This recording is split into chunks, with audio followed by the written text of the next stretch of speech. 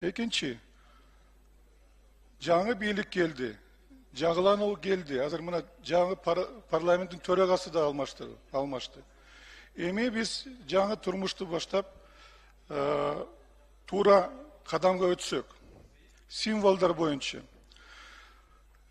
Гербти алсак, бүгүнкү гербибиз жөн эле татынакай сүрөт. Жөн эле татынакай сүрөт болду. Тарыхка кайрылсак, биздин эң тамгаларыбыз бар. Анын ичинде татыктуусу Манас атабыздын эң тамгасы.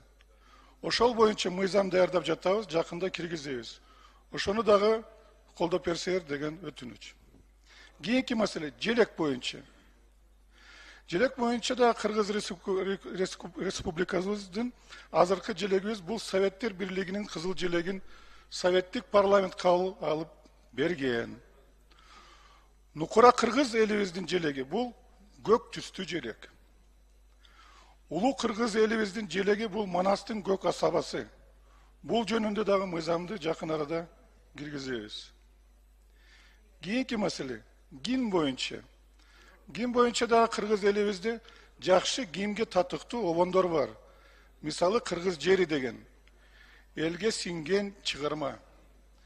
Бир аз сөздөрүн автор менен өзгөртсөк, туура болот эле.